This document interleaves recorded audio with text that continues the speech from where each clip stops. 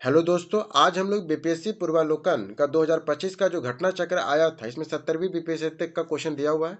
तो इसको आज से हम लोग शुरू कर रहे हैं एक नई श्रृंखला में, जिसमें आज हम लोग सबसे पहले प्राचीन इतिहास का, भारतीय इतिहास का, प्राचीन भारत का इतिहास, शासन काल, पशुपालन और कृषि के प्राचीनतम साक्ष्य प्राप्त हुए हैं मेहरगढ़ से। पशुपालन और कृषि के प्राचीनतम साक्ष्य कहाँ से प्राप्त हुए? मेहरगढ़ से प्राप्त हुए हैं। निम्नलिखित में से किस कैलोलिथिक युग भी कहा जाता है? किसे कैलोलिथिक युग भी कहा जाता है? तो ताम्रपाषाण युग को कैलोलिथिक युग कहा जाता है। मानव सभ्यता में जीवाश्म के प्राप्त हुआ है। मानव सभ्यता में जीवाश्म कहाँ से प्राप्त हुआ है? तो वो नर्मदा घाटी से प्राप्त हुआ है। नर्मदा घाटी से प्राप्त हुआ है। नर्मदा घाटी से प्राप्त हुआ है। इनमें से कौन सा भीमबेटका में स्थित भीमबेटका स्थल कहाँ स्थित है? भीमबेटका किस राज्य में भीमबेटका स्थल स्थित है? तो वो मध्य प्रदेश में है। इसके बाद कौन सा नवपाषाण काल का स्थल, इसे बताना है कि कौन सा नवपाषाण कालीन स्थल और उनके कहाँ से वो जुड़ा हुआ है, कहाँ है? जैसे कि चितनूर तेलंगाना में पड़ता है। चिराद बिहार में पड़ता है। गुलफुलार कश्मीर में पड़ता है। जैसे पलाईपल्ली तमिलनाडु में पड़ता है। पलाईपल्ली तमिलनाडु में पड़ता है। जैसे चितनूर तेलंगाना में पड़ता है, नवपाषाण काल स्थल है। चिराद बिहार में है। गुलफरार कश्मीर में है। पलाईपल्ली तमिलनाडु में है। फिर आता है नौ ताम्रपाषाण काल स्थल, और वो कौन सी नदी से प्राप्त हुआ है? जैसे आहड़ कहाँ से प्राप्त हुआ है? तो ये बनास नदी से। आहड़ कहाँ से प्राप्त हुआ है? तो बनास नदी से। कायथा प्राप्त हुआ है काली सिंध से। स्वाद प्राप्त हुआ है ताप्ती नदी से। और मालवा प्राप्त हुआ है नर्मदा नदी से। ये ताम्रपाषाण कालीन स्थल थे। आहड़ बनास से, कायथा काली सिंध से, सालवदा ताप्ती से, मालवा नर्मदा नदी से। सिंधु सभ्यता के स्थल, सिंधु सभ्यता और उनके सांस्कृतिक स्थल, सिंधु सभ्यता किस युग से जुड़ा हुआ है? तो ये आदि ऐतिहासिक काल से जुड़ा हुआ है। ये आदि ऐतिहासिक काल से जुड़ा हुआ है। सिंधु सभ्यता की महत्वपूर्ण विशेषता क्या थी? सिंधु सभ्यता की सबसे महत्वपूर्ण विशेषता क्या थी? क्या उन्होंने सबसे महत्वपूर्ण बोला है? तो उसका नगर नियोजन था। क्या था उनका सबसे महत्वपूर्ण विशेषता? थी उनकी नगर नियोजन। सबसे उनकी महत्वपूर्ण विशेषता क्या थी? तो नगर नियोजन थी। किस शहर को मिनी हड़प्पा कहा जाता है? तो किसे मिनी हड़प्पा कहते हैं? तो लोथर को हम लोग मिनी हड़प्पा कहते हैं। से कहते हैं लोपड़ को कहते हैं, जिसकी खुदाई SR राव ने की थी। इनमें से कौन सा हड़प्पा बंदरगाह है? हड़प्पा बंदरगाह कौन था? तो लोथर था जो हड़प्पा बंदरगाह था। हड़प्पा बंदरगाह लोथर था। निम्नलिखित में से कौन सा हड़प्पा कालीन स्थल गुजरात में है? तो वो कौन सा हड़प्पा कालीन स्थल गुजरात में है? तो वो लोथर है गुजरात में। लोथर है गुजरात में। कौन सा जानवर सिंधु घाटी सभ्यता में पता नहीं था? तो घोड़ा के बारे में सिंधु घाटी सभ्यता के लोग को पता नहीं था। बाकी बैल हाथी के बारे में पता था। बैल हाथी के बारे में पता था उन्हें, पर घोड़ा के बारे में उन्हें नहीं पता था। निम्नलिखित में से किस स्थल में टेराकोटा के हल प्राप्त हुए? किस स्थल से टेराकोटा का हल प्राप्त हुआ है? तो कहाँ से टेराकोटा का हल प्राप्त हुआ है? तो बनवाली और कालीबंगा दोनों से प्राप्त हुआ है। बनवाली हरियाणा से और कालीबंगा राजस्थान, दोनों से हमें हल के प्राप्त, जो हल की खोज टेराकोटा की प्रतिकृति प्राप्त हुई है। बनियाल, बनावली और कालीबंगा से। बनावली पड़ता है हरियाणा में, कालीबंगा पड़ता है राजस्थान में। निम्नलिखित में से किस हड़प्पन नगर में जुते हुए खेतों के साक्ष्य मिले हैं? तो कालीबंगा से। जुते हुए खेतों के साक्ष्य के निशान कहाँ से मिले हैं? तो कालीबंगा से मिले हैं। किस हड़प्पा स्थल में हमें जुते हुए खेतों के साक्ष्य मिलते हैं? तो कालीबंगा राजस्थान से हमें जुते हुए खेतों के साक्ष्य मिलते हैं। निम्नलिखित में से कौन हड़प्पा और मोहनजोदाड़ो के उत्खनन से संबंधित नहीं है? तो RD बनर्जी है, KN दीक्षित है और VS वसत है, पर VS स्मिथ नहीं है। कोई भी हड़प्पा और मोहनजोदाड़ो से संबंधित नहीं है ये। दयाराम साहनी हड़प्पा के वृहद स्थल पर उत्खनन का कार्य किया था। 26-27-33 में किया था उन्होंने, ठीक है। जबकि VS स्मिथ हड़प्पा की खोज से संबंधित नहीं, बल्कि वे इंडो लॉजिस्टिक और इतिहासकार के रूप में, जो BS स्मिथ है, BS स्मिथ जो है वो इंडोलॉजिस्ट और साहित्यकार के रूप में प्रसिद्ध है। BS Smith. हड़प्पा के बर्तनों को सामान्यतः किस रंग का प्रयोग होता था? तो लाल रंग का प्रयोग। हड़प्पा में किस रंग का प्रयोग होता था? तो लाल रंग का। IIT खड़गपुर के अध्ययन दल की रिपोर्ट के अनुसार लगातार कितने वर्ष लगत IIT खड़गपुर के अध्ययन दल की रिपोर्ट के अनुसार लगातार कितने वर्ष ना के बराबर वर्षा होने सिंधु घाटी सभ्यता के पतन का कारण बना? तो 900 वर्षों तक लगातार बारिश न होने के कारण सिंधु घाटी सभ्यता का पतन हो गया था। अब आ जाइए वैदिक काल। प्रारंभिक वैदिक काल के दौरान कौन सा शहर प्राचीन मगध साम्राज्य की राजधानी के रूप में कार्य करता था? तो वो राजगिर ही करता था, जो वर्तमान में राजगीर में है। ऋग्वेद का कौन सा मंडल पूर्णतः सोम को समर्पित है? तो हमारा 9वां मंडल पूर्णतः सोम को समर्पित था। ऋग्वेदिक साहित्य में 9वां मंडल किसको समर्पित है? तो सोम और उनके पेय के नामक के देवता को समर्पित है। गायत्री मंत्र किस पुस्तक से मिलता है? तो गायत्री मंत्र मिलता है हमें ऋग्वेद में मिलता है। इसके रचनाकार विश्वामित्र थे और ये तीसरे मंडल में वर्णित है। ये सूर्य देवता को समर्पित है। किस काल में अछूतों की अवधारणा को स्पष्ट रूप से उद्धृत किया था? कहाँ पे अछूतों की अवधारणा को स्पष्ट रूप से किया गया? धर्मशास्त्र के समय ही अछूतों को किया गया। प्राचीन प्रायद्वीप में भारतीय उपमहाद्वीप में लोहे का प्रयोग कब से शुरू होता है? तो इसके अलग अलग साक्ष्य हैं। जैसे कोई वो इसका ऐसे कहा जाता है, इसको 1600 से लेकर 1200 ईसा पूर्व के लगभग में निर्धारित होता है भारत में। ब्रजोग कोई का महत्व इसलिए है कि ब्रजोग कोई का महत्व इसलिए है क्योंकि यहाँ यह अभिलेख प्राप्त है जो वैदिक देवी और देवताओं का मिलता है। ब्रजोग कोई का महत्व इसलिए है क्योंकि यह अभिलेख प्राप्त हुए हैं जो वैदिक देवी और देवताओं का वर्णन करते हैं। ये कहाँ से बोजोग कोई? ये एशिया माइनर से प्राप्त हुआ था। बोजोग कोई एशिया माइनर से 14वीं शताब्दी ईसा पूर्व के कुछ अभिलेख मिले हैं। इस अभिलेख में राजाओं का उल्लेख है। इसमें राजा को आर्य जैसे थे और ये संध्या और साक्ष्य करते थे और इंद्र, मित्र और वरुण और नस जैसे मिलता है, इसलिए इन्हें कहा जाता है। प्रमुख 10 राजाओं का युद्ध किस नदी के तट पर हुआ था? प्रमुख 10 राजाओं का युद्ध किस नदी के तट पर हुआ था? जो परुशरणी, आज की रावी नदी के तट पर हुआ था। उस समय की परुशरणी और आज की रावी नदी के तट पर 10 राजाओं का युद्ध हुआ था। उत्तर वैदिक काल के दौरान रचित प्राचीन भारतीय ग्रंथ दार्शनिक भजन और ब्रह्मांड विज्ञान और नैतिकता पर चर्चाएं मिलती है तो उपनिषदों में। कहाँ मिलती है? उपनिषदों में मिलती है। अब आ जाइए बौद्ध धर्म। गौतम बुद्ध का जन्म कहाँ हुआ था? तो गौतम बुद्ध का जन्म लुम्बिनी में हुआ था। गौतम बुद्ध का जन्म कहाँ हुआ था? लुम्बिनी में हुआ था 563 ईसा पूर्व में, जो कपिलवस्तु लुम्बिनी में पड़ता था। महात्मा बुद्ध ने अपना पहला धर्म चक्र परिवर्तन किस स्थान पे दिया था? तो सारनाथ में दिया था, धर्म चक्र परिवर्तन दिया था। गौतम बुद्ध ने अपना उपदेश कहाँ दिया था? तो प्रथम उपदेश कहाँ दिया था? तो सारनाथ में दिया था। बोधगया में किसे ज्ञान प्राप्ति हुई थी? बोधगया में किसे ज्ञान की प्राप्ति हुई थी? तो गौतम बुद्ध को ज्ञान की प्राप्ति हुई थी। बुद्ध के जीवन की 4 महत्वपूर्ण घटनाएं जिससे संबंध 4 स्थानों का नीचे उल्लेख दिया गया है, आपको बताना कि कौन सा है। जैसे जन्म कहाँ हुआ था? तो उनका जन्म हुआ था लुम्बिनी में। जन्म कहाँ हुआ? लुम्बिनी में। ज्ञान की प्राप्ति बोधगया में। प्रथम वचन सारनाथ में। निर्धन कहाँ होता है? कुशीनगर में होता है। जन्म होता है लुम्बिनी में, ज्ञान प्राप्ति बोधगया में, प्रथम वचन सारनाथ में, निर्धन होता है कुशीनगर में। अजातशत्रु के शासनकाल में प्रथम बौद्ध संगीति का आयोजन किस नगर में हुआ था? तो राजगीर में हुआ था। कहाँ हुआ था? राजगीर में हुआ था। प्रथम बौद्ध संगीति के अध्यक्ष कौन थे? तो महाकश्यप थे।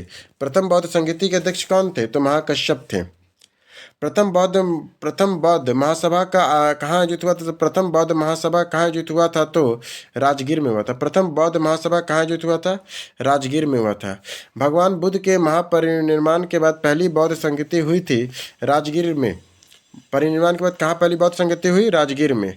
कनिष्क के शासन में बौद्ध सभा किस नगर से संबंधित है? तो ये कश्मीर से संबंधित है। कहाँ से? कश्मीर से। इनमें से किसे बौद्ध के चतुर्थ बौद्ध संगीति कश्मीर में आयोजित कराया था? तो किसने कराया था? कनिष्क ने कराया था। किसने कराया था चतुर्थ बौद्ध संगीति कश्मीर में? कनिष्क ने कराया था। अशोक के शासनकाल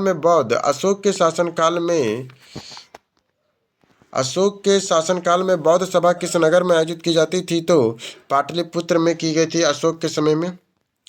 और तृतीय बौद्ध सभा का कहाँ बुलाई गई थी? तो तृतीय बौद्ध सभा कहाँ बुलाई गई थी? तो पाटलिपुत्र में। तृतीय बौद्ध सभा कहाँ बुलाई गई थी? पाटलिपुत्र में।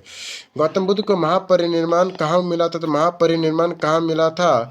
तो कुशीनगर में। कुशीनगर महापरिनिर्वाण मतलब मृत्यु कहाँ हुआ था? कुशीनगर में हुआ था।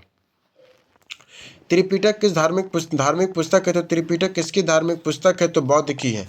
त्रिपिटक किसकी धार्मिक पुस्तक है? तो यह बौद्ध की धार्मिक पुस्तक है। निम्नलिखित में से कौन महायान बौद्ध धर्म और हीनयान बौद्ध धर्म के बीच मूलभूत अंतर का प्रतिनिधित्व करता है? तो देवी देवताओं की मूर्ति की पूजा करना। निम्नलिखित में से कौन महायान बौद्ध धर्म और हीनयान बौद्ध धर्म के बीच मूलभूत अंतर का प्रतिनिधित्व करता है? तो देवी देवताओं की मूर्ति का पूजा करने का।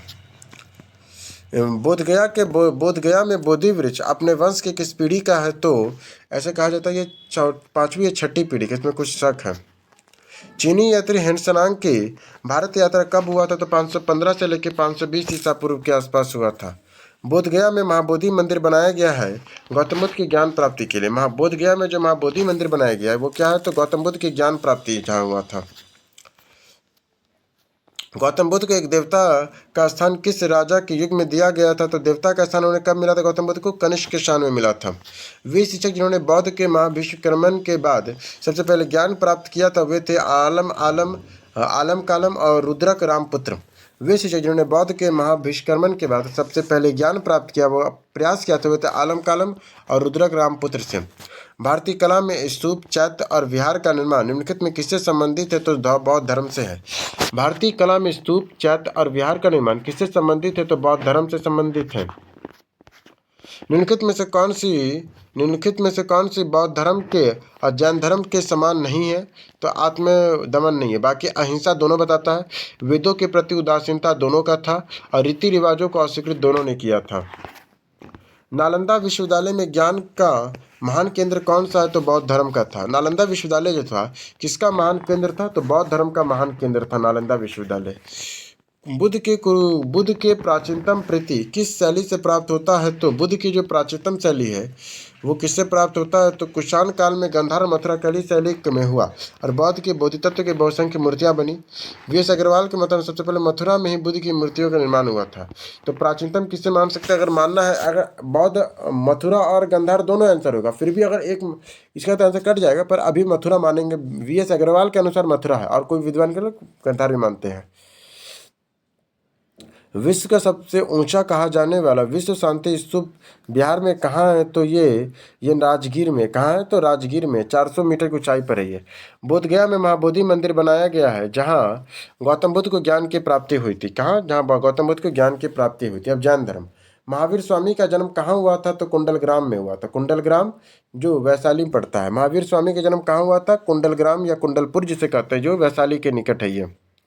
महावीर स्वामी का प्रथम शिष्य कौन थे? तो जामिली थे। महावीर स्वामी के प्रथम शिष्य कौन थे? तो जामिली थे।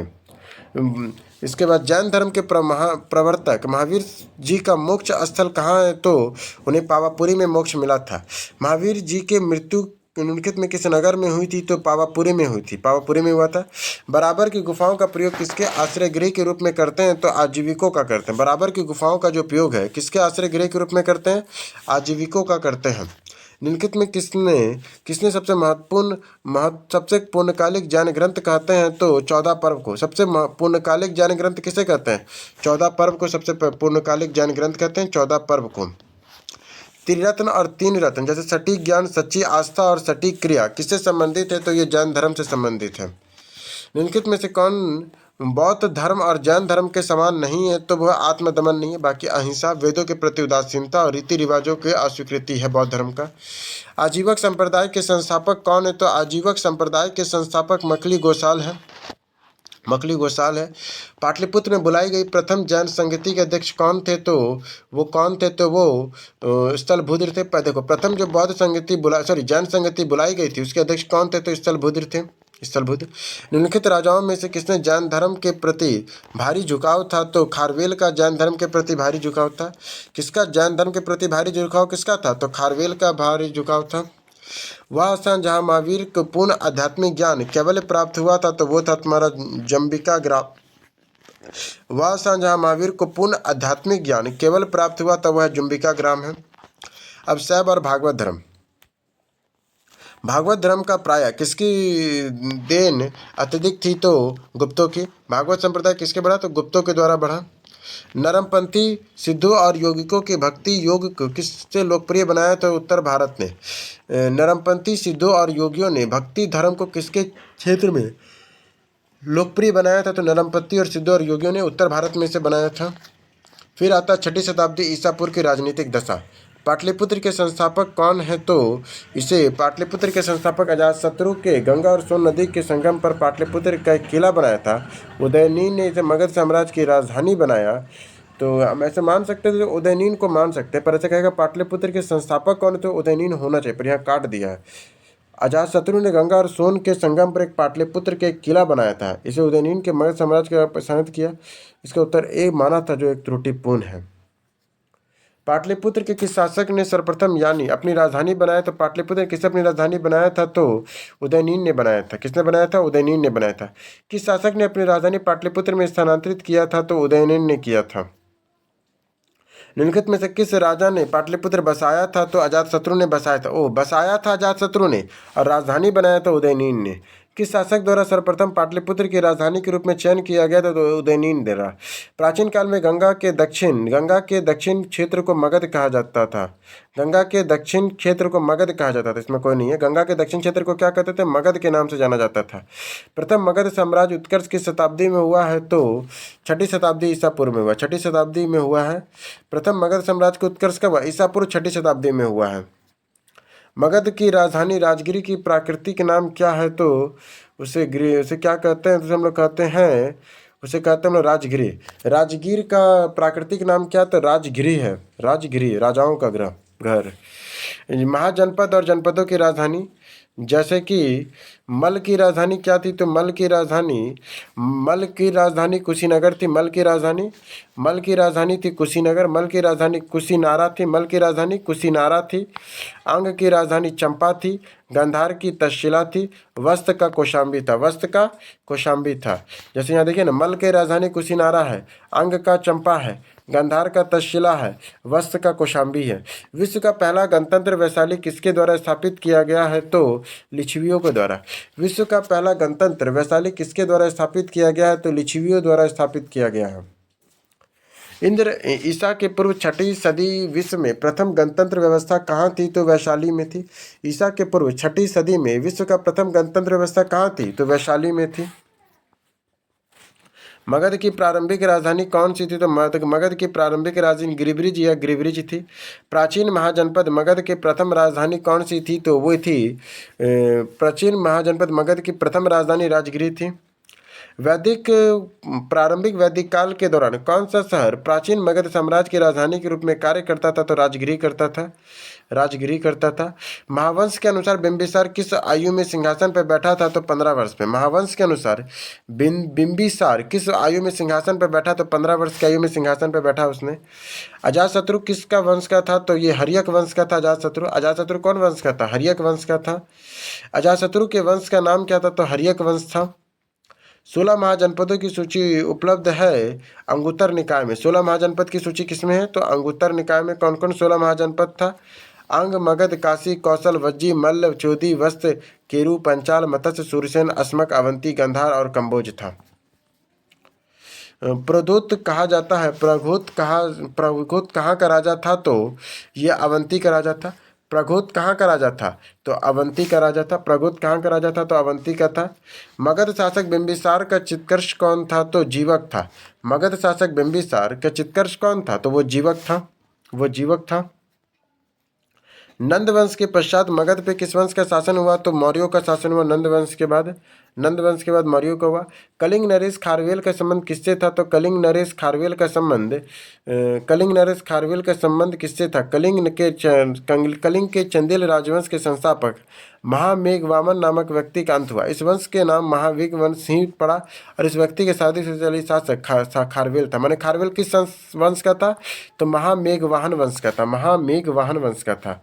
राजा खारवेल का नाम जुड़ा हुआ है हाथी गुफा अभिलेख से। जो राजा खारवेल है, इनका नाम कहाँ है? तो हाथी गुफा लेख में जो कलिंग में है, आज के उड़ीसा प्रांत के भुवनेश्वर स्थित है ये। अंग महाजनपद की राजधानी क्या थी? तो चंपा थी। अंग महाजनपद की राजधानी चंपा थी। बराबर पर्वत श्रृंखला स्थित गोथिरगिरी किसके द्वारा विजित किया गया था? तो खारवेल के द्वारा। बराबर पर्वत जो स्थित गौरथगिरी किसके द्वारा विजित की गई है? तो खारवेल के द्वारा विजित की गई है। अब आ जाइए यूनानी आक्रमण। निम्नलिखित में से कौन मगध का राजा और सिकंदर महान के समकालीन था? तो धनानंद था। कौन था? सिकंदर के समकालीन कौन था? तो धनानंद था। वह स्रोत जिसमें पाटलिपुत्र के प्रशासन का वर्णन उपलब्ध है तो वो है इंडिका।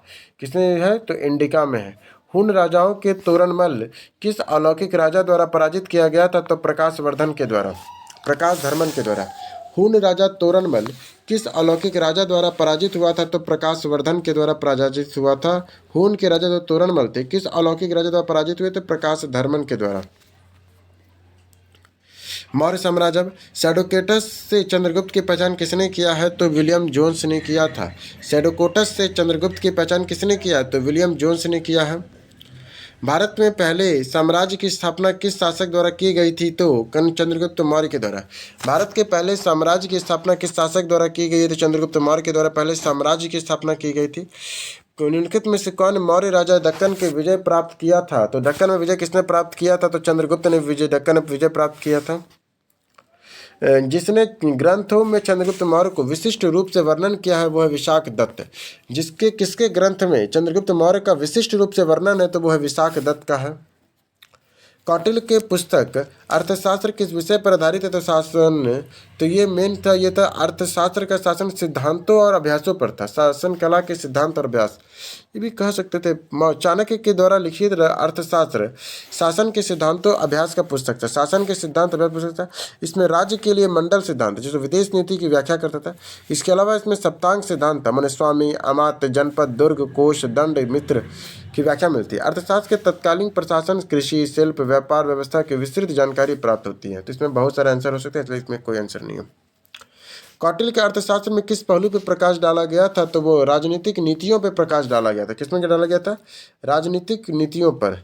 मेग्नास्तीस दूत था, किसका था? तो सेलुकस का था। मेग्नास्तीस जो दूत था किसका था? तो सेलुकस का दूत था वो। मेग्नास्तीस ने भारतीय समाज को कितनी श्रेणियों में विभाजित किया था? तो 7 श्रेणियों में। कितनी श्रेणियों में? 7 श्रेणियों। कौन कौन श्रेणी था? दार्शनिक, कृषक, पशुपालक, शिल्पकार, योद्धा, निरीक्षक और मंत्री और उपदेशक। मैंने पहला में दार्शनिक लोग थे, मैंने विद्वान लोग। दूसरा में कृषक लोग थे। तीसरा में जो पशुपालक थे। चौथा में जो शिल्पकार थे। फिर योद्धा थे। फिर निरीक्षक थे और मंत्री और उपदेशक थे। इसमें यहाँ दास प्रथा का प्रचलन का उल्लेख नहीं करता है, बताया मौर्यों ने, मेग्नास्तीस ने। अभिलेख जिसमें यह प्रमाणित है कि चंद्रगुप्त का प्रभाव पश्चिम पर में भी है, यह है तुम्हारा रुद्रदामन का जूनागढ़ अभिलेख। इसमें बताता है कि उसका पश्चिम में भी था। कलिंग अभिलेख के कलिंग विजय का वर्णन मिलता है कलिंग अभिलेख में विजय वर्णन का किस अभिलेख में कलिंग विजय का वर्णन मिलता है? कलिंग विजय का 13वें शिलालेख में कलिंग विजय का वर्णन मिलता है। कौन सा क्षेत्र अशोक के साम्राज्य में सम्मिलित नहीं था? तो अफगानिस्तान था, बिहार था, कलिंग था। श्रीलंका नहीं था अशोक के साम्राज्य में। पाटलिपुत्र में स्थित चंद्रगुप्त का महल मुख्यतः बना हुआ था लकड़ी का। चंद्रगुप्त का महल किसका बना हुआ था? तो लकड़ी का बना हुआ था। केवल वह स्तंभ जो जिसमें अशोक ने स्वयं को मगध का सम्राट बताया है, तो वह है भब्रू स्तंभ में। केवल वह स्तंभ जिसने अशोक को स्वयं को मगध का सम्राट बताया है, तो वह भब्रू स्तंभ में बताया। अशोक के धम्म का मूल संदेश क्या है? तो अशोक के धम्म का मूल संदेश क्या है? तो नैतिक संहिता। धम्म का मूल संदेश क्या है? तो नैतिक संहिता में रहो। अपने शिलालेखों में अशोक मोनिता किस नाम से जाना जाता था? तो प्रियदर्शी के नाम से। शिलालेखों में अशोक को किस नाम से बुलाते थे हम लोग? प्रियदर्शी के नाम से बुलाते थे। अशोक के शिलालेखों में किस प्रयुक्त भाषा का प्रयोग किया गया है? तो प्राकृतिक भाषा का। शिलालेखों में किस भाषा का प्रयोग किया गया है? तो प्राकृतिक भाषा का। ब्राह्मी लिपि के सर्वप्रथम किसने पढ़ा था? तो ब्राह्मी लिपि को सबसे पहले जेम्स विस्पर ने पढ़ा था। जेम्स प्रिसेप ने ब्राह्मी लिपि को सर्वप्रथम पढ़ा था। जेम्स प्रिसेप ने। प्राचीन भारत में किसी एक लिपि दाएं से बाईं ओर लिखी जाती है, तो खरुष्टी को। इसे दाएं से बाईं ओर लिखी इसे दाएं से बाईं ओर लिखी जाती है, खरुष्टी लिपि को। निम्नलिखित में से कौन प्राचीन भारत के एक लिपि दाहिने से बाईं ओर लिखी जाती थी? तो खरुष्टी लिपि को दाहिने से बाईं ओर लिखी जाती थी। खरुष्टी लिपि को दाहिने से बाईं ओर लिखी जाती थी। इसके बाद अशोक के अभिलेखों में किसके सब पहले के नाम से पढ़ा गया था? तो जेम्स प्रिसेप का। अशोक के अभिलेखों में को पहली बार किसके द्वारा पढ़ा गया था? तो जेम्स प्रिसेप के द्वारा पढ़ा गया था। पाटलिपुत्र के किस शासक ने सर्वप्रथम अपनी राजधानी बनाई थी? तो चंद्रगुप्त मौर्य ने बनाई थी। पाटलिपुत्र के किस शासक ने सर्वप्रथम अपनी राजधानी बनाई थी? तो चंद्रगुप्त मौर्य ने पाटलिपुत्र को किस शासक ने सर्वप्रथम अपनी राजधानी बनाई? इसमें चंद्रगुप्त मौर्य ऐसे आएगा, पाटलिपुत्र को बनाया था तो उदयनी ने बनाया था, पर मौर्यों में सबसे पहले चंद्रगुप्त मौर्य ने बनाया था। मौर्य वंश का अंतिम शासक कौन था? तो विदृत था। मौर्य वंश का अंतिम शासक विदृत था। अंतिम मौर्य सम्राट कौन था? तो विदृत था। अशोक की नीति और आर्थिक परिणामों के कारण ही मौर्य साम्राज्य का पतन अधिकांशतः उचित था। यह तथ्य किस पे विश्वास करता है? तो ये करते हैं रोमिरा थापर करते हैं। बराबर की गुफाओं का प्रयोग किसके आश्रय गृह के रूप में किया गया था? तो आजीविकों के लिए किया गया था। बौद्ध काल में शिक्षा का सर्वाधिक प्रसिद्ध केंद्र कौन था? तो तक्षशिला था। अब आ जाइए मौर्योत्तर काल में। ताम्रपत्र लेख दर्शाते हैं कि प्राचीन काल में बिहार के राजाओं का संपर्क था जावा और सुमात्रा से भी था।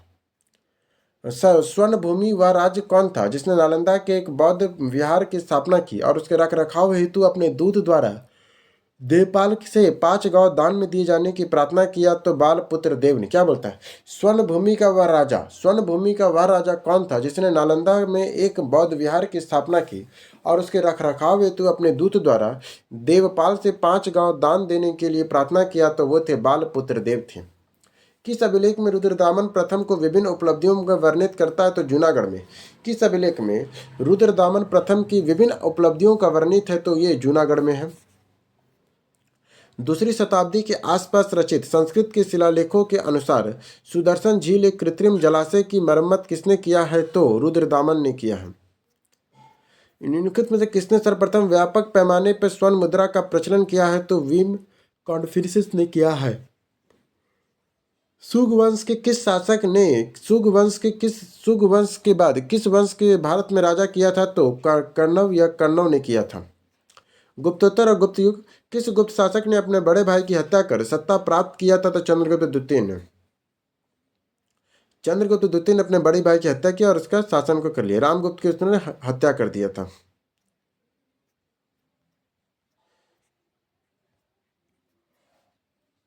प्राचीन भारत का नेपोलियन किसे कहा जाता है? तो समुद्रगुप्त को कहते हैं। गुप्त सम्राट के जिसने हुनों पे पराजित किया था तो वे कौन थे? तो वे स्कंदगुप्त जिसने हुनों को भी पराजित कर दिया था। नालंदा विश्वविद्यालय के संस्थापक कौन है? तो कुमार गुप्त है। नालंदा विश्वविद्यालय की स्थापना किस युग में हुआ था? तो गुप्त काल में हुआ था। नालंदा विश्वविद्यालय किस लिए विश्व प्रसिद्ध है? तो बौद्ध धर्म के दर्शन के लिए था। नव नालंदा महाविहार किसके लिए विख्यात था? तो पाली अनुसंधान संस्थान के लिए। जो नव नालंदा महाविहार है किसके लिए विख्यात है? तो पाली अनुसंधान संस्थान के लिए है। नालंदा विश्वविद्यालय का विनाश का कारण क्या था? तो मुसलमान थे। नीचे दिए गए वक्तव्य में बताना है। 12वीं शताब्दी में नालंदा महाविहार का पतन हो गया। महाविहार का राजकीय प्रशय मिलना बंद हो गया था। नहीं, केवल एक सही है। ये यार दो सही से, परंतु दोनों सही है पर एक सही व्याख्या नहीं करता है। फायान एक चीनी तीर्थयात्री जिसके शासनकाल में जो हर्ष ने फायान आया था। फायान एक चीनी चंद्रगुप्त द्वितीय के शासनकाल में आया था। फायान जो आया था वो चंद्रगुप्त द्वितीय के शासनकाल में। जो फायान जो आया था, फायान एक चीनी यात्री तो था पर वो चंद्रगुप्त द्वितीय के शासनकाल में आया था। वही हैंसनाग एक चीनी बौद्ध भिक्षु था जो हर्ष के काल में आया था, हर्षवर्धन के काल में आया था। प्रसिद्ध चीनी यात्री फायान किसके शासनकाल में आया था? चंद्रगुप्त द्वितीय के शासनकाल में। चीनी यात्री सुंग सोन की भारत यात्रा हुआ था 518 से लेकर 521 ईसा ईस्वी में हुआ था। भारत की यात्रा उसने किया था। चीनी यात्री इत्सिंग ने बिहार का भ्रमण किया था। कब किया? तो 671 से लेकर 695 ईस्वी में किया था। नगरों का क्रमिक पतन किस काल में की एक महत्वपूर्ण विशेषता है? तो गुप्त काल की। नगरों का क्रमिक पतन किस काल की एक महत्वपूर्ण विशेषता है? तो गुप्त काल की है।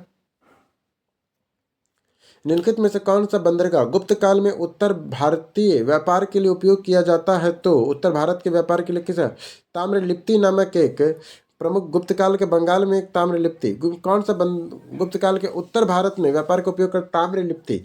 गुप्त काल में बंगाल एक ताम्रलिप्ति बंदरगाह था जहां उत्तर भारत के साथ दक्षिण पूर्व एशिया श्रीलंका जो आदि कर, जबकि पश्चिम भारत के प्रमुख भृगोच जो भड़ोच था वहां भी था।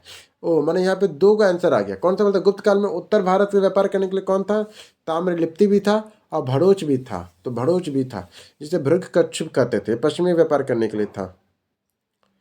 किस कारण किस शासन ने किस शासक वंश ने मंदिरों और ब्राह्मणों में सबसे अधिक ग्राम अनुदान में दिया था? तो गुप्त वंश ने दिया था। गुप्त युग में भूमि राजस्व की दर क्या थी? तो उपज का 6वां भाग था। किस प्रकार के भूमि को अपरहत कहा जाता था, तो बिना जोती हुई भूमि को अपरहत कहा जाता था। बिना जोती भूमि को अपरहत, बिना जोती हुई भूमि को अपरहत कहते थे। गुप्त काल में शीशे के सिक्के एक बड़ी संख्या जारी किया था। शीशे के सिक्के जारी किया था सातवाहन शासकों ने। प्रसिद्ध इलाहाबाद प्रशस्ति के लेखक किया था तुम्हारा हरिसेन ने। इलाहाबाद प्रशस्ति का लेखक कौन था? तो हरिसेन था। निम्नलिखित में से किस वंश के शासकों को पुराणों में श्री पार्वती कहा गया? श्री पार्वती किसे कहा गया है? श्री पार्वती छवाकू को कहा गया। क्योंकि किस वंश के शासकों को पुराणों में श्री पार्वती कहा गया? तो छुवाकू को श्री पार्वती कहा गया है। इसके बाद वर्धन वंश की स्थापना किसने किया है? तो पुष्पभूति ने किया है। वर्धन वंश की स्थापना किसने किया? तो पुष्पभूति ने किया है। कवि बान निवासी थे। बान भट्ट जो थे वो जन्म उनका बिहार के सोन नदी के किनारे अवस्थित प्रतिभूत नामक गांव में। इसे उनके पिता चित्रभून और माता चंदोरी थी। या कवि जो बान थे उनका कहाँ हुआ था? तो वो बिहार में हुआ था। हर्षवर्धन के शासनकाल में किस चीनी यात्री ने भारत की यात्रा किया था? तो हेनसेनांग ने किया था। हेनसेनांग की भारत यात्रा के समय सूती कपड़ों का उत्पादन के लिए सबसे प्रसिद्ध नगर कौन सा था? तो वो मथुरा था। 7वीं शताब्दी ईसा पूर्व के दौरान भारत का कौन शासक था जो बौद्ध धर्म के संरक्षण और सांस्कृतिक गतिविधियों का समर्थन करने के लिए जाना जाता था? तो वो हर्ष था। चीनी यात्री हेनसेनांग ने किस विश्वविद्यालय में अध्ययन किया था? तो नालंदा में किया था हेनसेनांग ने अध्ययन।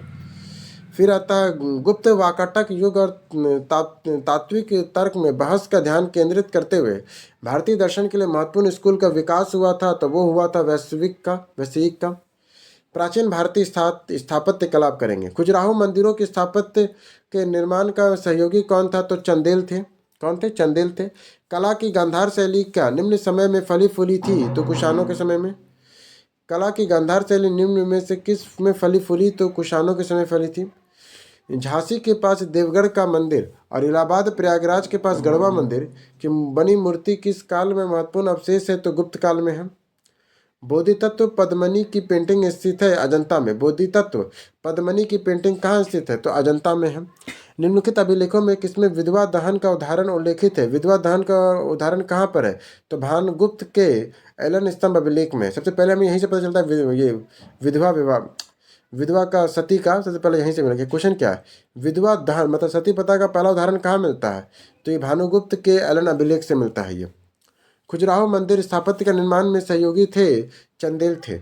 बड़ा बहादुर विश्व के सबसे अद्भुत स्तूप है जिसकी मूर्ति और मूर्तिकला किसका शानदार उदाहरण है? तो भारत और जावा कला का है।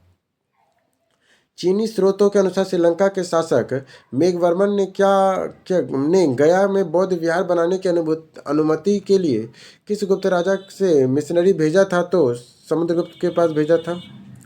फिर आता है दक्षिण भारत में चोल चालुक्य पल्लव और संगम युग। चोल वंश का संस्थापक कौन था? तो विजयालय थे। चोल काल किसके लिए प्रसिद्ध था? तो ग्राम पंचायतों के लिए प्रसिद्ध था। कौन सा मध्यकालीन भारतीय साम्राज्य व्यापक स्तर पर स्थानीय स्वशासन के लिए प्रसिद्ध था? तो वो चोल थे।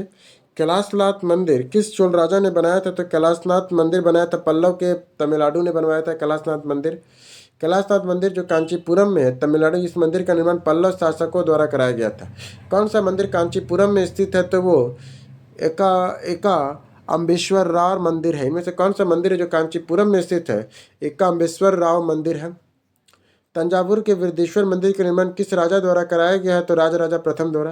तंजावुर के वृद्धेश्वर मंदिर का निर्माण किस राजा द्वारा कराया गया? तो राजराजा प्रथम के द्वारा। निम्नलिखित में से किस का उल्लेख संगम साहित्य में नहीं हुआ है? तो कदम का नहीं, बाकी चोर, चेल और पांडे का हुआ है। संगम युग के उरेरू किसके लिए विख्यात थे? तो कपास के व्यापार का महत्वपूर्ण केंद्र था। संगम युग में उरेरू किसके लिए विख्यात थे? तो कपास के व्यापार के लिए महत्वपूर्ण केंद्र था। दक्षिण भारत के मंदिरों का आकर्षण द्वार क्या कहलाता है? तो गोपुरम कहलाता है। दक्षिण भारत के मंदिरों का जो आकर्षण द्वार है उसे गोपुरम कहते हैं। रोमन साम्राज्य के व्यापारिक संबंध किसने स्थापित किया है? तो चेल ने। रोमन साम्राज्य के व्यापारिक संबंध किसने स्थापित किया है? तो चेर ने किया है। इसके बाद फारसी यात्री अब्दुल रज्जाक भारत के किस राजा के शासनकाल में आया था? तो देवराय द्वितीय का। फारसी यात्री जो अब्दुल रज्जाक है भारत के किस राज्य के राजा के शासनकाल में आया था? देवराय द्वितीय के शासनकाल में आया था। फिर आता प्राचीन साहित्य और साहित्यकार, जिनमें से किसे भारतीय दर्शन में परमाणु सिद्धांत का प्रतिपादन किया था? तो वैश्विक ने किया था। ब्राह्मी लिपि का सर्वप्रथम किसने पढ़ा था? तो जेम्स प्रिसेप ने पढ़ा था ब्राह्मी लिपि को। ब्राह्मी लिपि का सर्वप्रथम किसने गढ़ा था? तो जेम्स प्रिसेप ने पढ़ा था। कालिदास के कुमार संभवम में किसके पौराणिक चरित्र के जन्म की कहानी है? तो कार्तिकेय की है। कालिदास के कुमार संभवम में किसके पौराणिक चरित्र की जन्म की कहानी है? तो कार्तिकेय की है। मुद्रा राक्षस के लेखक कौन थे? तो विशाख दत्त थे। मैग्नेसिस की पुस्तक का नाम इंडिका था। इंडिका के लेखक कौन थे? तो मैग्नेसिस थे। अब हमको बताना कि कौन क्या है, ठीक है। जैसे कि वृहत संहिता वारा मिहिर ने लिखा था। मुसितिका मनसा को अतुला ने लिखा था। राज तरंगिणी को कल्हण ने लिखा था। विवेमाक देव चरित्र को विल्हण ने लिखा था। वृहत संहिता वारामिहिर ने, मुसिका मनसा अतुला ने, राज तरंगिणी कल्हण ने, विक्रम देव का चरित्र को विल्हण ने लिखा था। इसके बाद कौटिल्य ने क्या लिखा था? तो अर्थशास्त्र लिखा था। कौटिल्य ने अर्थशास्त्र लिखा था। पाणिनि ने अष्टाध्यायी लिखा था। कामदक ने नीतिसार लिखा था। कालिदास ने कुमार संभवम लिखा था। कौटिल्य ने अर्थशास्त्र, पाणिनि ने अष्टाध्याय, कामदक ने नीतिसार, कालिदास ने कुमार संभवम लिखा था। कल्हण की पुस्तक का नाम क्या था? तो राजतरंगिणी था। अदोन्तपुरी शिक्षा केंद्र निम्न में से किस राज्य में अवस्थित था? तो बिहार में अवस्थित था। किस काल में अछूतों की अवधारणा स्पष्ट रूप से उद्घृत हुई है? तो धर्मशास्त्र के समय हुई अछूतों की अवधारणा। अर्थशास्त्र नामक पुस्तक के लेखक कौन है? तो कौटिल्य है। इतिहास के प्राचीन और मध्ययुगीन काल में राजाओं और उनके द्वारा लिखी गई रचनाओं का सही मिलान युग में क्या है? तो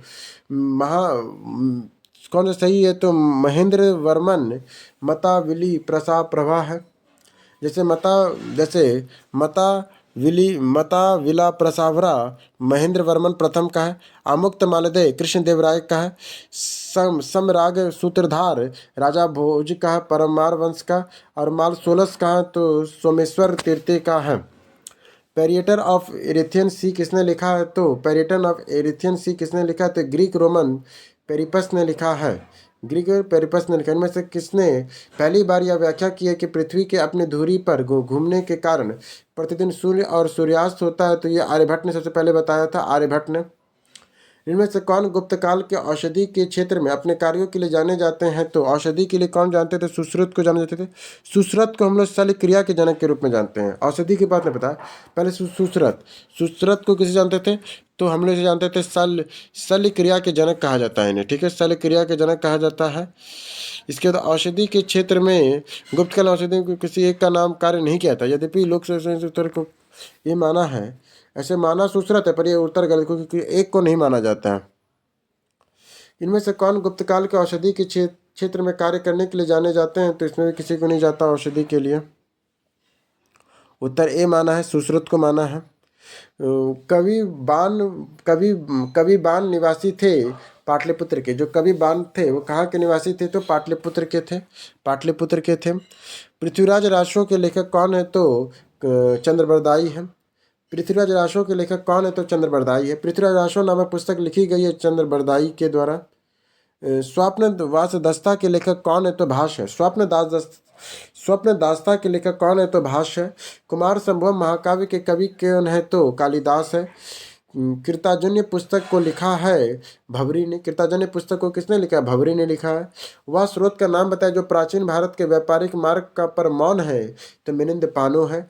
हर्ष चरित्र नामक पुस्तक किसने लिखा है? तो बाणभट्ट ने लिखा है। चरक क्या थे? तो ये चित्कर से। ब्रह्मगुप्त कौन थे? तो ज्योतिष। वारामिहिर एक मिनट कंफ्यूजन कर दिया। चरक क्या थे? तो चित्कर से, सही पढ़ रहे थे। चरक क्या थे? तो चित्कर से। ब्रह्मगुप्त गणितज्ञ थे। वारामिहिर ज्योतिष थे। विशाख दत्त नाटककार थे। राजनीति की प्रारंभिक पुस्तक नीतिसार किसके द्वारा लिखी गई है? तो कामदक के द्वारा लिखी गई है।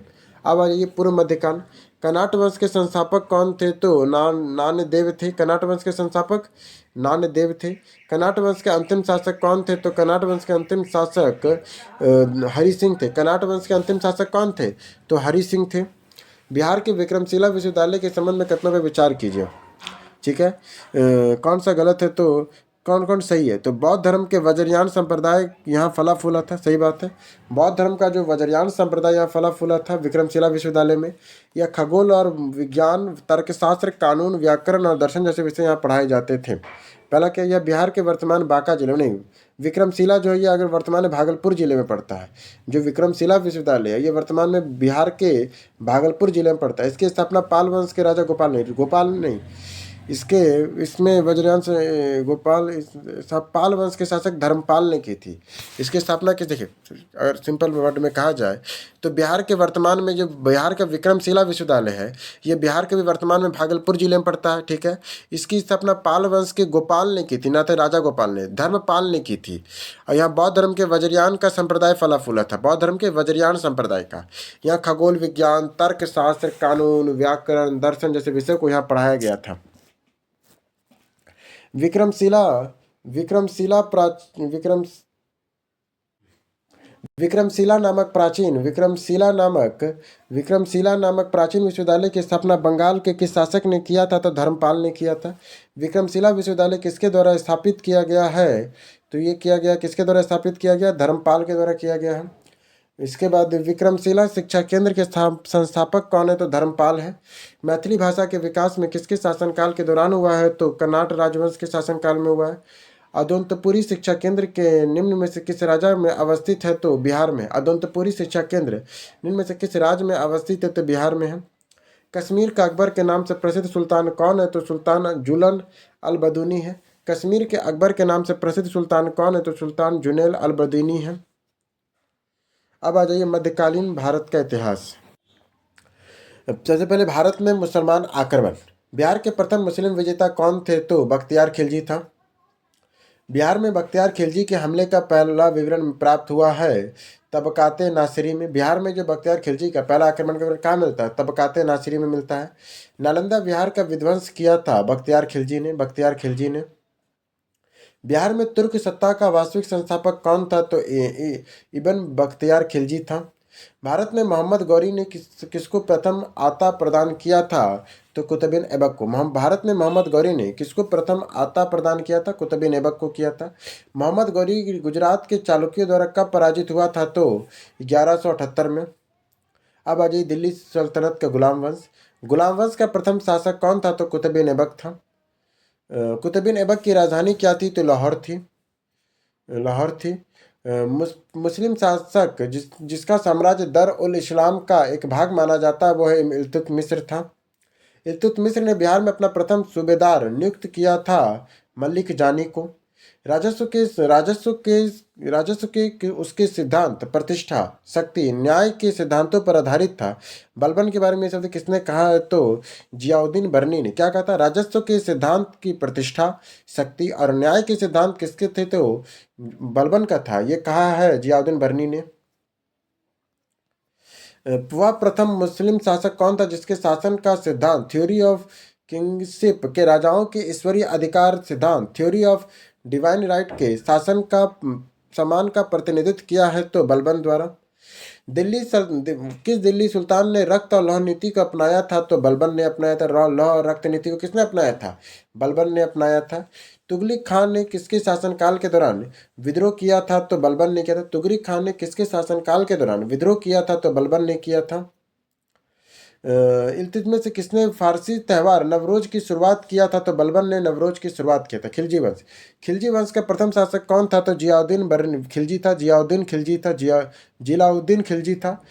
अलाउद्दीन दिल्ली का प्रथम तुर्क सुल्तान था जिसने धर्म को राज्य के अधीन लाने का और ऐसे घटकों से परिचय कराने का श्रेय जाता है जो सैद्धांतिक रूप से राज्य को धर्म निरपेक्ष बनाते हैं। शब्द किसके है? तो यह है SAL श्रीवास्तव का है। ये क्या? अलाउद्दीन दिल्ली का प्रथम तुर्की सुल्तान था जिसने धर्म को राज्य के अधीन लाने का और ऐसे घटकों का परिचय कराने का श्रेय दिया जाता है जो सैद्धांतिक रूप से राज्य को धर्म निरपेक्ष बनाते हैं। तो SL श्रीवास्तव को कहते हैं ये। जब उसने राजस्व किंगशिप को प्राप्त किया तो वह शरीयत के नियमों और आदेशों से पूर्णतः स्वतंत्र था। ये कहा अलाउद्दीन खिलजी ने। अलाउद्दीन खिलजी के प्रसिद्ध सेनापतियों ने उसकी मंगोलों के विरुद्ध लड़ते हुए मृत्यु हुई थी। तो जफर खां का मंगोल जफर खां का मृत्यु हुआ था।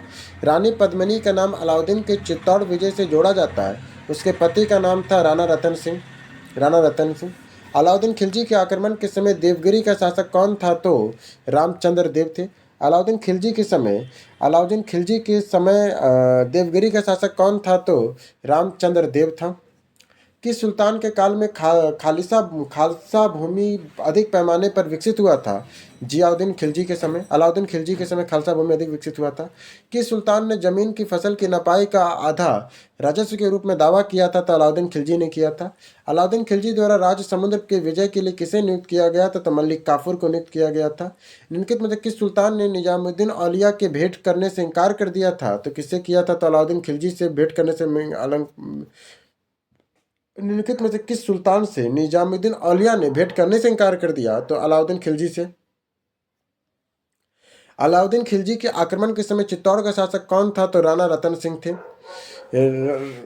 सल्तनत काल में सार्वधिक वितरण प्रणाली किसने प्रारंभ किया था? तो अलाउद्दीन खिलजी ने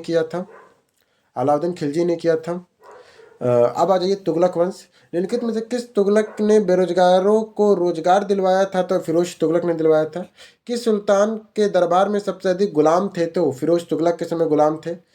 फिरोज तुगलक द्वारा स्थापित दर उल सफ़ा क्या था? तो एक खैराती अस्पताल था। दर उल सफ़ा क्या था? एक खैराती अस्पताल था। निम्नलिखित में से किस सुल्तान ने फलों की गुणवत्ता सुधारने के लिए उपाय किए हैं? तो फिरोज तुगलक ने। गुणवत्ता सुधारने के लिए उपाय किसने किए? फिरोज तुगलक ने। कश्मीर घाटी के अंतिम मुस्लिम शासक यूसुफ शाह चक्र, जिन्हें मुगल सम्राट अकबर द्वारा बिहार में निर्वासित किया गया और दफन थे नालंदा में। दिल्ली के किस सुल्तान ने सबसे ज़्यादा नहरों के निर्माण किया है? तो फिरोज शाह तुगलक ने किया है। तैमूर के आक्रमण के बाद भारत के किस वंश के राजा स्थापित हुए हैं? तो वे हुए हैं सैयद वंश स्थापित हुए हैं। फिर आता है लोधी वंश। निम्नलिखित में से किस सुल्तान ने एक नगर बसाया जहां अब आगरा कहते हैं? तो सिकंदर लोधी ने। विजयनगर साम्राज्य के संस्थापक कौन थे? तो हरियर और बुक्का थे। विजयनगर उस पहले शासक की पहचान करे जिसने बहमनियों से गोवा छीना था। तो हरिहर द्वितीय थे। विजयनगर के उस शासक की पहचान करे जिसने बहमनियों से गोवा छीन लिया, वो हरिहर द्वितीय थे। विजयनगर के राजा कृष्णदेवराय ने गोलकुंडा का युद्ध किस राजा के साथ लड़ा था? तो कुली कुतुब शाह के साथ लड़ा था। विजयनगर साम्राज्य के वित्त व्यवस्था की प्रमुख विशेषता क्या थी? तो भू राजस्व थी। विजयनगर साम्राज्य के अवशेष कहाँ मिलते हैं? तो हम्पी से मिलते हैं विजयनगर साम्राज्य के अवशेष। फारसी यात्री अब्दुल रजाक भारत के किस राजा के शासनकाल में आया था? तो देवराय द्वितीय के शासनकाल में। इनमें से किस प्रसिद्ध शासक ने अपनी माता के नाम पर विजयनगर के पास नागरपुलम में एक उपनगरीय बस्ती की स्थापना किया था? तो कृष्णदेवराय ने। निम्नलिखित में से किस प्रसिद्ध शासक ने अपनी माता के नाम पर विजयनगर के पास नागरपुलम में एक उपनगरीय बस्ती की स्थापना किया था? तो कृष्णदेवराय ने किया था। सन 1565 में कौन सा प्रसिद्ध युद्ध हुआ था? तो वो हुआ था तालीकोटा का युद्ध हुआ था। 1565 में कौन सा प्रसिद्ध युद्ध हुआ था? तालीकोटा का युद्ध हुआ था। अब आ जाए दिल्ली सल्तनत का प्रशासन। दीवाने अर्ज विभाग संबंधित है रक्षा विभाग से। दीवाने अर्ज क्या है? तो रक्षा विभाग है। दीवाने अर्ज रक्षा विभाग है। निम्नलिखित में से कौन भूमि उत्पादन में लगने वाले कर को इंगित करता है? तो खराज कर, खुसम और नहीं खराज, उस्र और मुतई को। खराज, उस्र और मुतई ये क्या है? भूमि उत्पाद पे लगता है कर है ये। खराज, उस्र और मुतई। जवाबित का संबंध किससे है? तो राज्य कानून से है। जवाबित का संबंध किससे है? तो राज्य कानून से है। जवाबित का संबंध राज्य कानून से है। दिल्ली सल्तनत के दौरान मुकद्दम और चौधरी पद का इस्तेमाल किसके लिए किया जाता है? तो गांव के सरपंच के लिए किया जाता है। गांव के सरपंच के लिए। निम्नलिखित में से किसके टका और ससेगनी और जीतल किन धातु से प्राप्त होते हैं? तो चांदी और तांबा से। दिल्ली सल्तनत में कला और स्थापत्य। अढ़ाई दिन का झोपड़ा क्या है? तो मस्जिद है। अढ़ाई दिन का झोपड़ा क्या है? तो मस्जिद है। कुतुब मीनार किसके द्वारा पूरा किया गया था? तो इल्तुतमिश के द्वारा पूरा कराया गया था। अलाई दरवाजा का निर्माण किस सुल्तान ने करवाया था? तो अलाउद्दीन खिलजी ने करवाया था। कागज का निर्माण भारत में कागज का प्रयोग कब से प्रारंभ हुआ है? तो 12वीं शताब्दी से प्रारंभ हुआ है। दिल्ली सल्तनत और साहित्य। तबकाते नासिरी के लेखक कौन है? तो मिनाज सुराज है। तबकाते नासिरी के लेखक कौन है? मिनाज सिराज है, मिनाज सिराज है। इसके बाद मोरक्को के यात्री इब्न बतूता का विस्तृत किस रूप में जाना जाता है? तो रिहला के नाम से जानते हैं। बारहमासा की रचना किसने किया था? तो मलिक मोहम्मद जायसी ने किया था। बारहमासा की रचना किसने किया था? मलिक मोहम्मद जायसी ने किया था। ज्ञानदीप नामक पुस्तक की रचना किस महान संत ने की थी? ज्ञानदीप नामक पुस्तक की रचना किस महान संत ने किया था? तो दरिया साहब ने किया था, दरिया साहब ने किया था।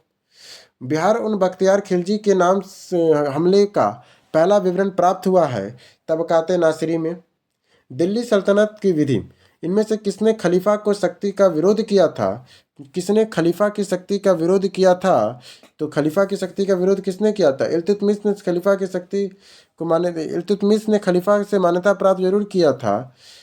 सभी किसी भी सुल्तान ने खलीफा की शक्ति का विरोध नहीं किया है, और किसी भी ने खलीफा की शक्ति का विरोध नहीं किया इसमें से।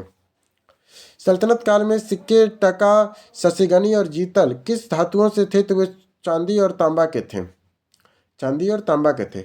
उत्तर भारत और दक्कन में प्रांतीय राजवंश। बहमनी राज्य के संस्थापक कौन थे? तो अलाउद्दीन हसन थे। इसके बाद भक्ति और सूफी संप्रदाय आंदोलन। शेख बहाउद्दीन जकारिया किस संप्रदाय के थे? सुहरावर्दी संप्रदाय के थे। शेख बहाउद्दीन जकारिया किस संप्रदाय के थे? सुहरावर्दी संप्रदाय के थे। सभी भक्ति संतों के मध्य एक समान विशेषता थी कि उन्होंने उन्होंने उन्होंने अपनी वाणी में उसी भाषा में लिखा जिसके वे भक्त समझते थे। वे अपनी वाणी में उसी भाषा में लिखा जिसके वे भक्त समझते थे। नरमपंथी सिद्धों और योगियों के ने भक्ति धर्म को किस क्षेत्र में लोकप्रिय बनाया? तो उत्तर भारत में। नरमपंथियों, सिद्धों और योगियों ने भक्ति आंदोलन को लोकप्रिय बनाया उत्तर भारत में। अब आ जाइए मुगल वंश में बाबर। भारत में मुगल वंश के संस्थापक कौन है? तो बाबर है। पानीपत के युद्ध में जीत के मुख्य कारण क्या था? पानीपत में जीत की मुख्य कारण क्या था?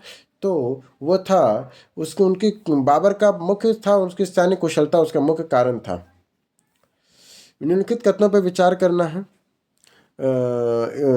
भारत के बाबर के आगमन का कारण था प्रदेश में तोड़रिक राजवंश की स्थापना हुई। तुमेडिक राजवंश की स्थापना हुई। युद्ध में तोपों की शुरुआत हुआ था। उपमहाद्वीप में बारूद का आगमन हुआ।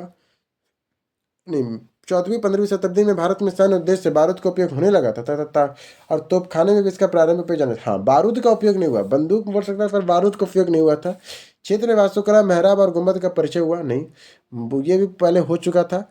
बस यहाँ पे तैमूर राजवंश की स्थापना हुई और तोपों की शुरुआत हुई थी। हुमायूं और शेरशाह, इनमें से किसने हुमायूं को यह प्रस्ताव दिया कि यदि उसे बंगाल पर अधिकार करने दिया जाए तो वह बिहार को समर्पित कर देगा और 10 लाख दिनार की वार्षिक श्रद्धांजलि अर्पित करेगा? तो शेर खान ने कहा था। इन शासकों में से किसने अपनी सैन्य टुकड़ियों को 200, 200, 250 और 500 की इकाई में विभाजित किया है? तो किसने किया था? तो इलाम शाह का शेर शाह का पुत्र किया था। इस्लाम शाह शेरशाह का पुत्र था। इस्लाम शाह ने पूरे उत्तर भारत में लगभग 8 वर्ष तक शासन किया, उसकी मृत्यु हो गया। सैन्य टुकड़ी को इस्लाम शाह ने किया, तो फिर यहाँ गलत क्यों दे रहा है? किसने सैन्य टुकड़ी को 200, 250 और 500 इकाई में विभाजित किया था? तो इस्लाम शाह ने किया था। कि इस्लाम शाह ने अपनी सैन्य टुकड़ी को 200, 500 इकाई में विभाजित किया था। शेरशाह के समय सैन्य विभाजित के प्रति बिहार को माना। ओ, इसमें शेरशाह भी है और इस्लाम शाह भी है, दोनों को मानेंगे उत्तर। हुमायूं ने चुनार दुर्ग का प्रथम बार आक्रमण कब किया था? तो 1532 में किया था। हुमायूं ने चुनार दुर्ग पर प्रथम बार आक्रमण कब किया था? तो 1532 में किया था। निम्नलिखित में किसने अपने बंदरगाह बादशाह पति के लिए मकबरे का निर्माण कराया था? तो हाजी बेगम ने। किसने अपने बादशाह पति के लिए मकबरे का निर्माण कराया था? तो हाजी बेगम ने कराया था। हुमायूं द्वारा लड़े गए 4 प्रमुख युद्धों की तिथि के सही क्रम कौन कौन सा है?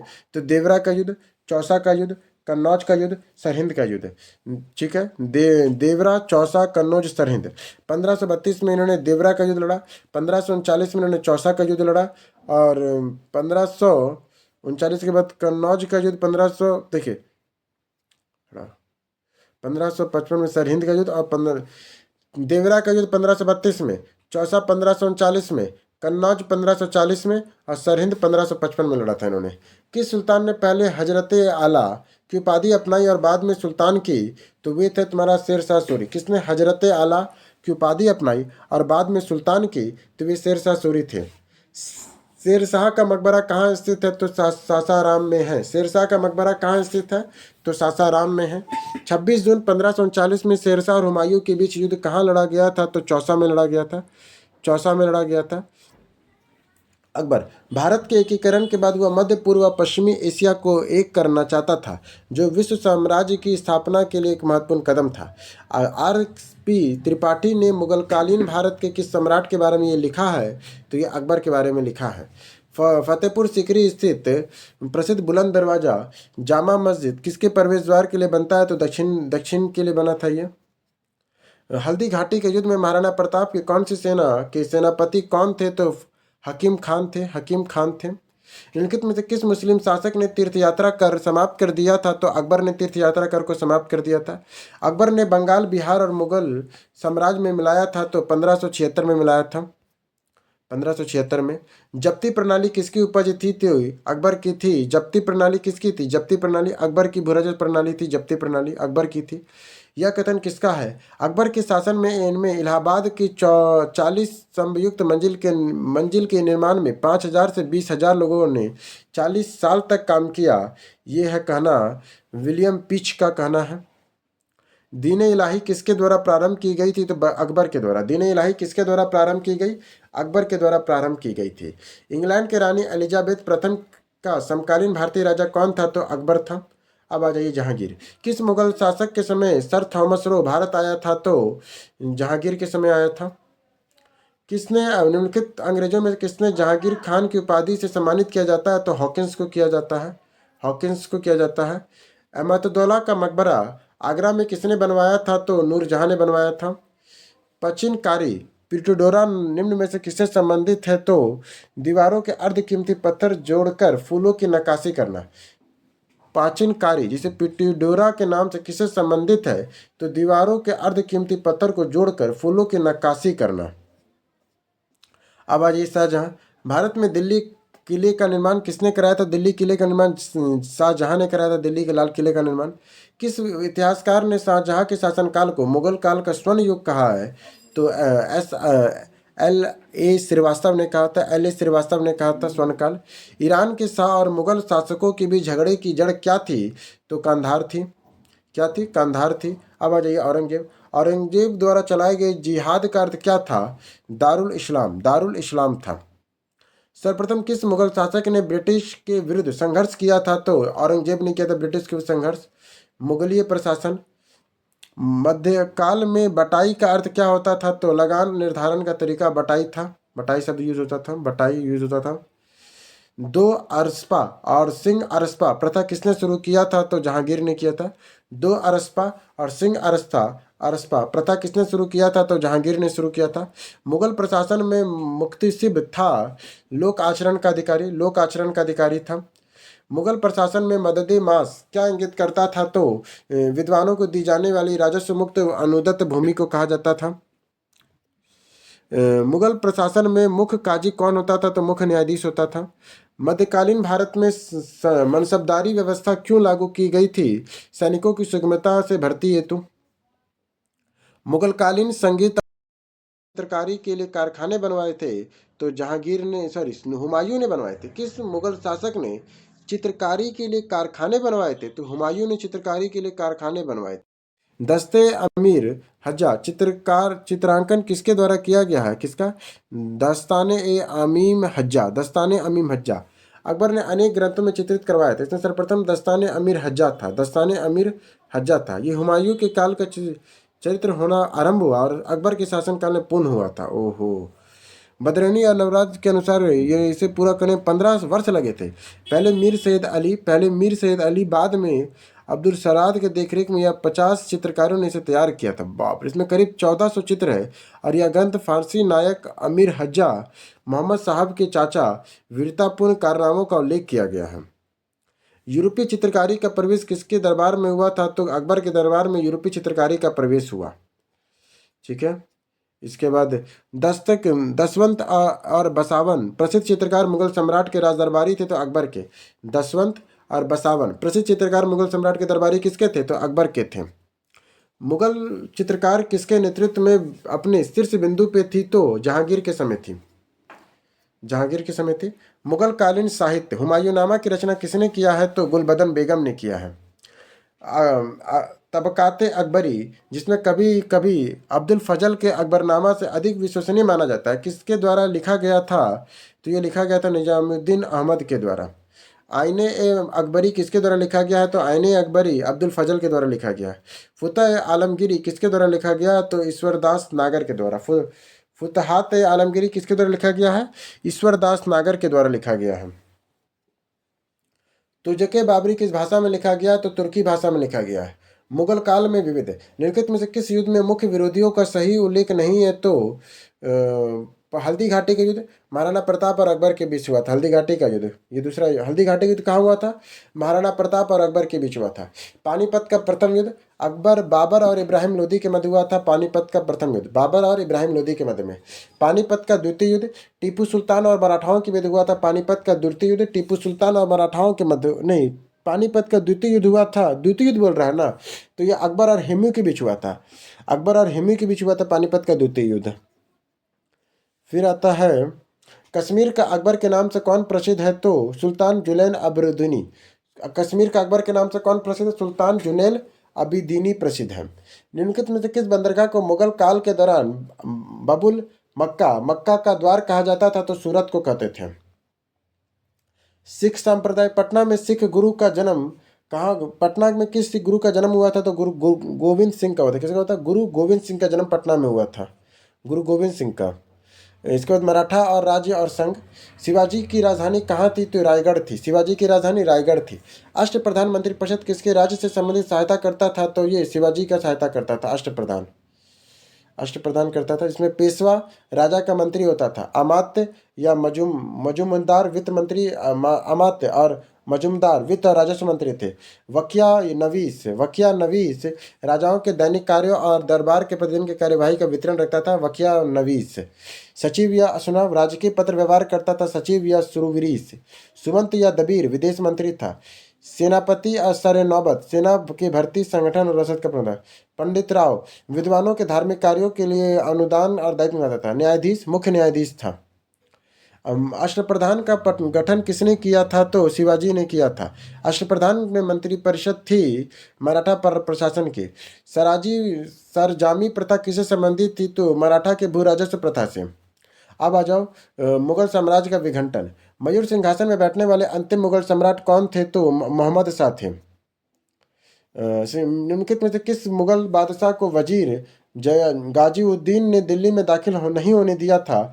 शाह आलम द्वितीय को।